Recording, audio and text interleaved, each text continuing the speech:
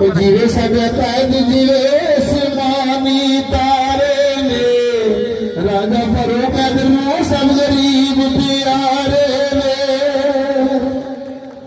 राजा फरूक अदन साड़ी जिद पे जाने इधर आखर मिले माने इधर खुद जिद पूरी माने जीवे सब कैद जीवे वो जीवे सब कैद जीवे पता शेर दिलावे 10 तारीख इंशाअल्लाह ना सारे मन सावागे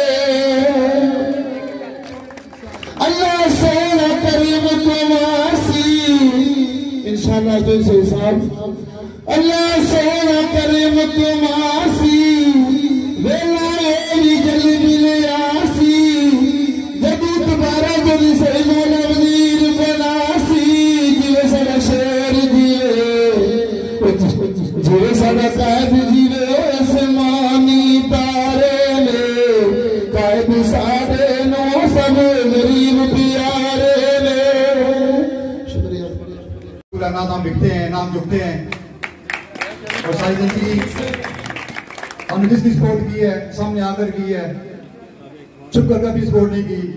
हमारे भाई साहब अल्लाह नसीब करे हय्युल्लाह साहब वो भी कहते थे पुत्र किसी को वोट देना तो सामने आकर देना है और किसी को ना बोलनी है तो मुंह पे बोल देना कि मैं आपको सपोर्ट नहीं करनी।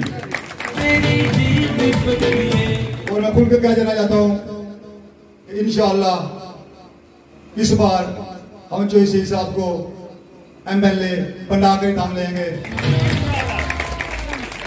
और मुखालफिन से ये कहना चाहता हूँ कि ना हम आगे सदर साहब से आपसे डरे हैं और ना हम डरने वाले हैं। दूसरी बात, जहाँ की हमारी पैदाइश है, मेरी पैदाइश सुबह जिंदगी है, अल्लाह नसीब करे मेरे वाले साहब को तो उन्होंने एक बात सिखाई है हमें कि गरीब के साथ चलना है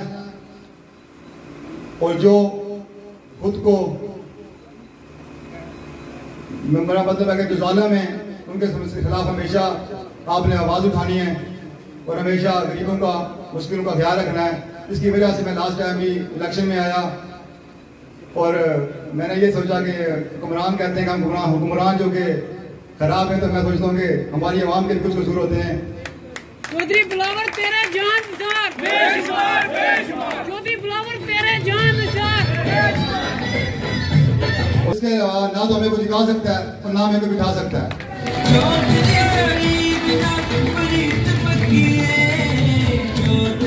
इंशाअल्लाह राजा फरूक साहब, चौधरी सईद साहब, फखरे खड़ी, चौधरी साहब इंशाअल्लाह हम इस नून लीग में आए और इंशाअल्लाह मैं अल्लाह ताला दुआ भी करता हूँ अगर जितनी मेरी जिंदगी है मैं आपके साथ ही चलूंगा।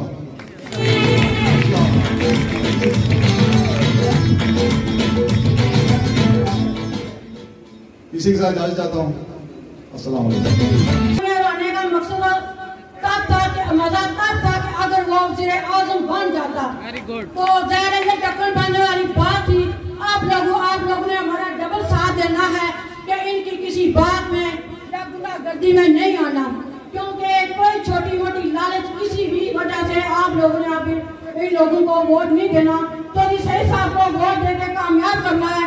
जो हमारे अच्छे और मुखलिस लीडर हैं, हर जगह हमारा साथ देने वाले हैं, इतने उन्होंने काम दिए हैं और पीड़ा लॉस दिए हैं, सीधे साधे हैं, शरीफ आदमी हैं, तो वो हमारे मुल्क का काम करने वाले हमारे इतने पढ़े लिखे बच्चे हैं। हमने उनके मुस्लिम के लिए सोचना है। हमारे जो इंशाल्लाह हमारे जो बाकी काम है तरक्याती वो भी इंशाल्लाह हमने मुकम्मल करते हैं। वज़ीर आज़म साहब ने आपको पता कि कितनी हालत सड़कों की खराब थी, जहाँ मोटरसाइकिल भी नहीं गुजर सकता था। उन्होंने सड़कें बनाई, उन्होंने हॉस्पिटल बनाए हैं, उन्होंने बहुत से काम किए हैं। एक घर नहीं था जो वज़ीर आज़म साहब चौधरी साहब इसको मुकम्मल करते। ये पूरी मोहतरम राजा मोहम्मद फारूक हैदर खान साहब, जनाब चौधरी रुखसार अहमद साहब, जनाब आज के मेजबान चौधरी बिलावल साहब, चौधरी जावेद साहब, नईम जसवंती साहब, मौज़ीन इलाका, ख़वातीन और हज़रात, मैं चौधरी बिलावल साहब को अपनी जमात में खुश आमदीद कहता हूँ और शुक्रगुजार हूँ कि मुश्किल वक्त में इन्होंने फैसला किया जब लोग इक़्तिदार की तरफ देख रहे होते हैं, बरसर इक़्तिदार जमात की तरफ जाते हैं, तो वहां पे उन्होंने उस जमात का फैसला किया जो पाकिस्तान की खालिक जमात है, जिसका खास नजरिया है। ये नजरिए के साथ चलने वाले लोग हैं, ये इक़्तिदार वाले नहीं है, ये नजरियात वाले हैं। तो इस मौके पर मैं चौधरी साहब, आपने जो फैसला किया है ये आपके बड़ेपन का सबूत है, सियासी बलूगत का सबूत है। इंशाल्लाह इस जमात में आपको वो इज्जत और मकाम दिया जाएगा जिसका आप डिजर्व करते हैं।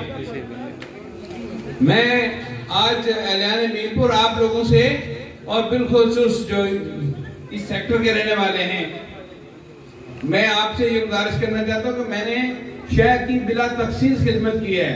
वो सड़कें हों, वो पीने का पानी हो, वो बिजली का निजाम हो, वो सेहत आमा की सहूलियात हो, वो स्कूल हो, उसमें मेरे कायद राजा मोहम्मद फारूक हैदर खान ने मुझे पूरी तरह सपोर्ट किया और जो भी हमने यहाँ के लिए डिमांड की उसको पूरा किया। एक वक्त था जब हम मीरपुर में अस्पताल मांग रहे थे तो यहाँ पे ऑक्यूपेंसी रेट कम था, यानी दाखिले नहीं होते थे, अस्पताल खाली रहता था। तो इसके बावजूद राय साहब ने कहा नहीं भाई ये अहले मीरपुर का हक है, इनको मिलना चाहिए। जब हम कल्याण स्कूल देखने गए तो राय साहब की आंखों में आंसू आ गए कि ये इमारत गिर जाएगी। उस वक्त हम अपोजिशन में थे तो राय साहब कहने लगे यार अहले मीरपुर खुद पैसा लगा के ये बच्चियों के मरने का इंतजार कर रहे हैं। और जो ही राय साहब पर रिश्तेदार आए, अल्हम्दुलिल्लाह स्कूल में राय साहब 13 कमरे और एक बड़ा हाल तामीर किया और अभी इतने कमरों की मजीद जो है वो सैंक्शन पीछे पड़ी है। तो ये वो नजरिया था, वो ये आइडिया एजेंडा था जिसके ऊपर चलकर हमने मीरपुर में और आजाद कश्मीर में तरक्याती काम किए और पूरे आजाद कश्मीर का लैंडस्केप चेंज कर दिया। हमें कुछ मामलात में मुश्किलात रही हैं। आपने 20 करोड़ रुपया शहर के लिए दिया और 1 साल पहले दिया कि यहाँ पर जो एरिया जहाँ पे गैस नहीं है वहाँ गैस की फराहमी को यकीनी बनाया जाए। बदकिस्मती से पाकिस्तान में जो मरकजी हुकूमत है पीटीआई के, वो 20 करोड़ रुपया इस्तेमाल नहीं हो सका क्योंकि उन्होंने हमें इजाजत नहीं दी। इस तरह न्यूज़ली के लिए 25 करोड़ रुपए आपने दिए थे। मैं किस चीज का नाम लूं जो हमने जायज डिमांड की। ये राजा साहब आपकी एब्सेंस में मेरे हाजिर में भी मैं ये बात करता रहता हूँ। इस वक्त आलम ये है कि मौसूफ इलेक्शन जीतने के बाद पूरी इंतजामिया को हरकत में लाए हुए हैं। जिनको लोगों पर एतमाद होता है वो इंतजामिया की मदद नहीं लेते, जिनको अपने वोटर पर एतमाद होता है वो किसी सरकारी अफसर को जाके कंप्लेन नहीं देते, वो किसी सरकारी इदारे की मदद नहीं लेते क्योंकि उनको एतमाद नहीं है, उनकी कारकर्दगी नहीं है, उन्होंने यहाँ पर कोई काम नहीं किया है। और तो और पिछले 10 जो सेशन जिसमें वो कहते हैं मैं इलेक्शन लड़के वहां पहुंचता रहा हूँ, वो पूरा रिकॉर्ड देखने मौसूफ ने एक भी इजलास असेंबली का बजट सेशन अटेंड नहीं किया। और इस बिलखुसूस इस बजट में उनकी और पिछले बजट में दोनों बजट में वो थे, एक भी तजवीज नहीं दी है कि मीरपुर को किस चीज की जरूरत है। मैं राजा साहब के पास गया, मैं राय साहब मंगला मीरपुर रोड जो है जो रुखसार अहमद साहब शेर खड़ी के हल्के से गुजरती है, चौधरी साहब ने मुझे इस पर दस्तखत करके दिए उस दरखास्त पर, हम दोनों ने दी और राय साहब ने वो मंजूर कर दी। वो इस बजट में शामिल है लेकिन वो उस वक्त के मेंबर असेंबली के कहने पर शामिल नहीं हुई है, वो मेरे और चौधरी रुखसार अहमद साहब की दरखास्त पर जनाब इस वक्त जो इब्तला का आलम है, इस वक्त जो मसाइल हैं, पहली शहमाई खत्म होने वाली है और 4 अरब रुपए का बजट इनके लड़ाई झगड़ों की नजर हो गया है। ये कंपनी चलती नजर नहीं आ रही है।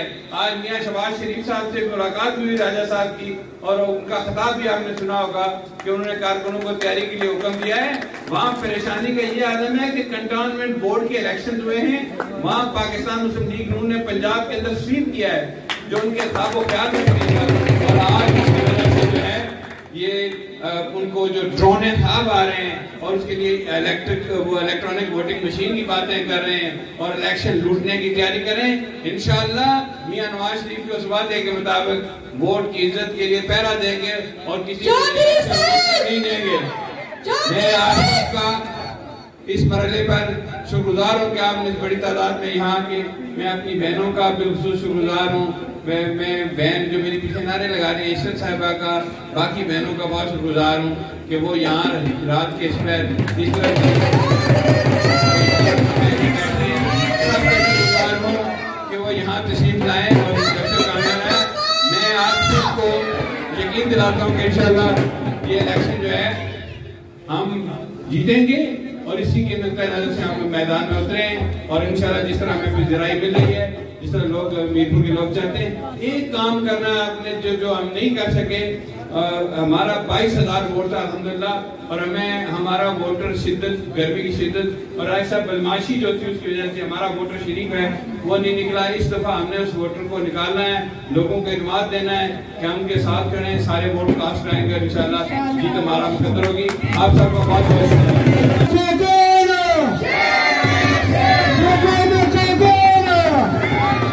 राजा मोहम्मद फारूक अब्दुल। मैं माफी चाहता हूँ, दोबारा स्टेज पर आया हूँ। एक बात जो राजा साहब आपको भी पता है, मुझे भी पता है कि 4.5 किलोमीटर जो E5 के पूरी सड़कों को हमने कारपेट रखा था, जिसका सदारती नोटिफिकेशन मेरे पास मौजूद है, वो बैरिस्टर सुल्तान महमूद ने अपने लेटर हेड पर लिख कर वो जो है वो कैंसिल कराई है। मैं आपको दोनों सबूत दे सकता हूँ, जो मुझसे चाहे वो नोटिफिकेशन भी देखें जिसपे हुकूमत ने और राजा साहब ने मंजूरी दी और नोटिफिकेशन जारी हुआ, और उसके बाद सदर PTI ने जो खत लिखा कि इस इलाके की वो सड़कें कैसे थे वो भी दिखा सकता हूँ। तो आपके इलाके के लिए जो उन्होंने हमें काम नहीं करने दिया, उसकी वजह तो वही बेहतर बता सकते हैं। मैं आपको बता सकता हूँ कि सारा काम किया। मैं शुक्रगुजार हूँ आप सबका। और ओवर टू राजा मोहम्मद फारूक खान साहब।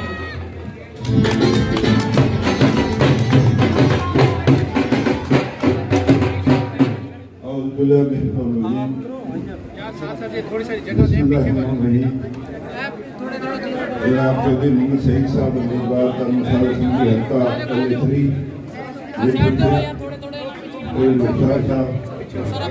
मेरी बहनें, मेरी बेटियां, मेरे भाई, और आज की इस तकरीब के मेजबान जनाब चौधरी बिलाल होगा साहब।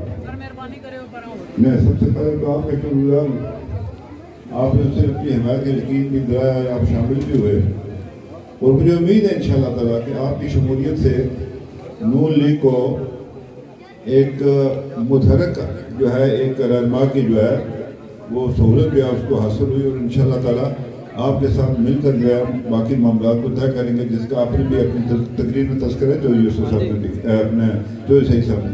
मैं आज आपसे एक और बात कर रहा था, आलोट से ऊपर आएंगे ना सीधा, बात ये करना चाहता हूँ आलोट से आए थे तो आलोट रोड के वालिद साहब सदर आजाद कश्मीर के, चाचा उनका वजीर, रोड से नहीं सीधा ऊपर गाड़ी, अब वो MLA बनना चाहते हैं।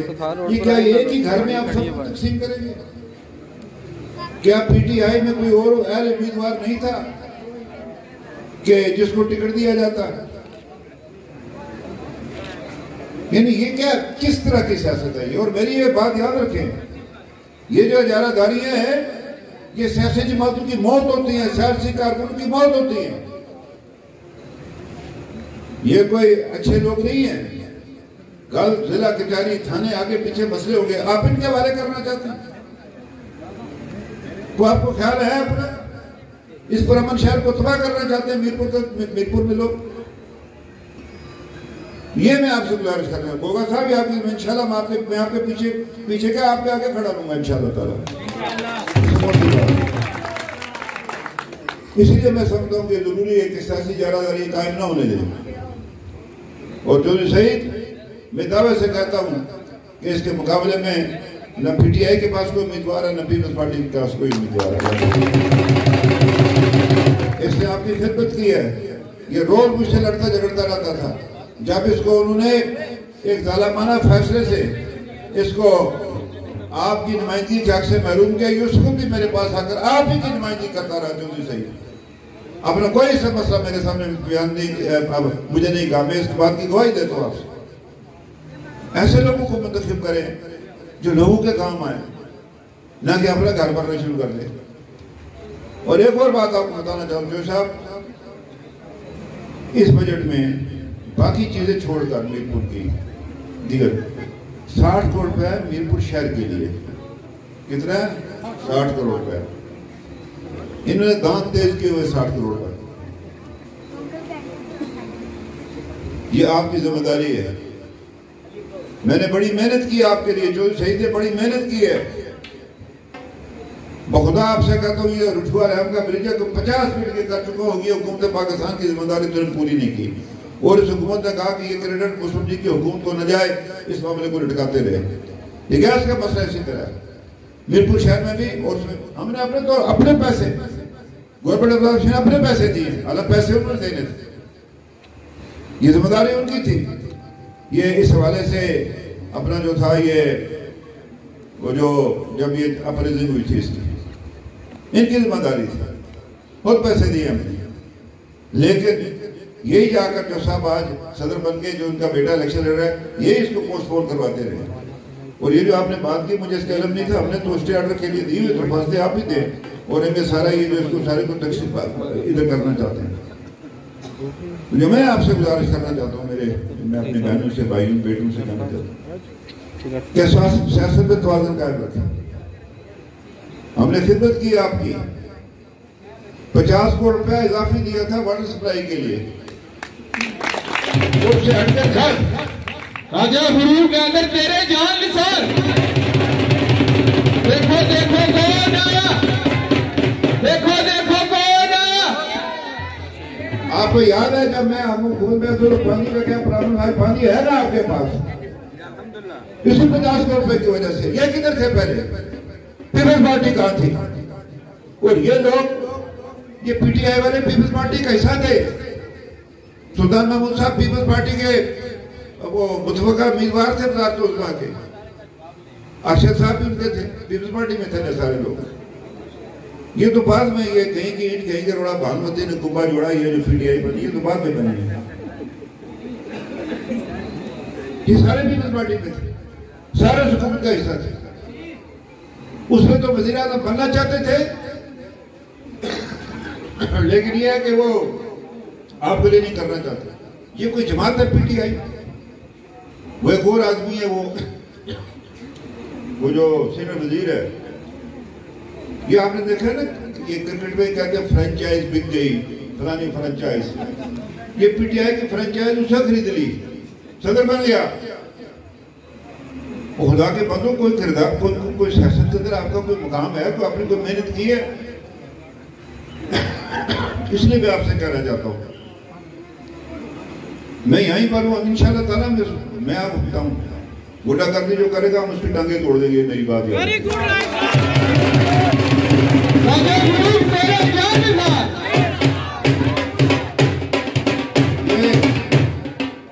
ये ईसाई होते हैं ना, उनको इधर एक थप्पड़ लगे तो दूसरा गाल लगे करते हैं। हमको थप्पड़ नहीं, दांत के बदले दांत, कान के बदले आंख। हम मुसलमान हैं। और मैं उन सरकारी मुलाजिमों को भी कहना चाहता हूँ कि मुझे पता चलेगा ना फिर मेरे मुंह से कोई छोड़ निकलेगा, छोड़ूंगा नहीं मैं तुम्हें। फिर ये जो लोगों को जो कहते हैं कि इसको वोट दो, उसको वोट दो, उसको वोट दो, सरकारी मुलाजिमों का काम ये नहीं है। आपका काम है अपना, आप आइन और कानून के पाबंद है। जो मुझे मैं आप सबसे कहता हूँ कि उनको मुझे नाम महकमे उनके ओहदे जो हिसाब उनकी दें, इंशाअल्लाह ताला उनसे भी हिसाब किताब करूंगा। कोई ऐसी मुश्किल बात नहीं है। आज मियां साहब ने भी ये बात कही, उधर बैठे थे, मीटिंग थी कि लीग वाले अपनी सफों में इत्तेहाद व इत्तेफाक पैदा करें। ये अगला इलेक्शन आपका नहीं, ये मेरी बात याद रखें, इलेक्शन दूर नहीं है, बिल्कुल दूर नहीं है इलेक्शन पाकिस्तान का।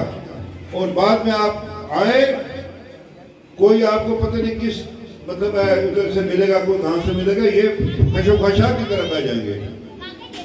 इसीलिए जरूरी है कि आप ये जो 10 तारीख को इलेक्शन हो रहा है, इसमें आप जो है ये अपने इसको ये कामयाब करें, और फिर 13वीं आईनी तरमीम को डिफेंड करें इस आइन के तहत। इनको कमी है 2 सीटों की, ये चाहते हैं कि ये बढ़ जाए तो हम उस आइन अपनी मर्जी से खिलवाड़ करें। आज लोगों को क्या कहते हैं, आप शामिल जाए, हम आपको मशीन बना देंगे आइन में तरमीम के बाद, फलाने को आपको ये बना देंगे। उधर पता नहीं को 150 उन्होंने मशीन बनाई, इधर भी सुना काफी सारे मशीन बना के रखे हुए। कुछ नहीं मिलेगा किसी को, मेरी बात रखेंगे, जलील होंगे लोग। और जो हमारी जमात में से फायदा लेकर गए उनके साथ भी हिसाब किताब करना फिक्र न करें।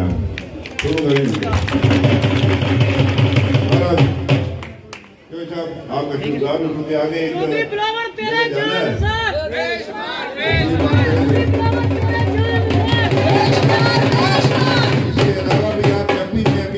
जिसको भी आप जैसे आपने फंक्शन करना तलब करना मैं हाजिर उसके लिए।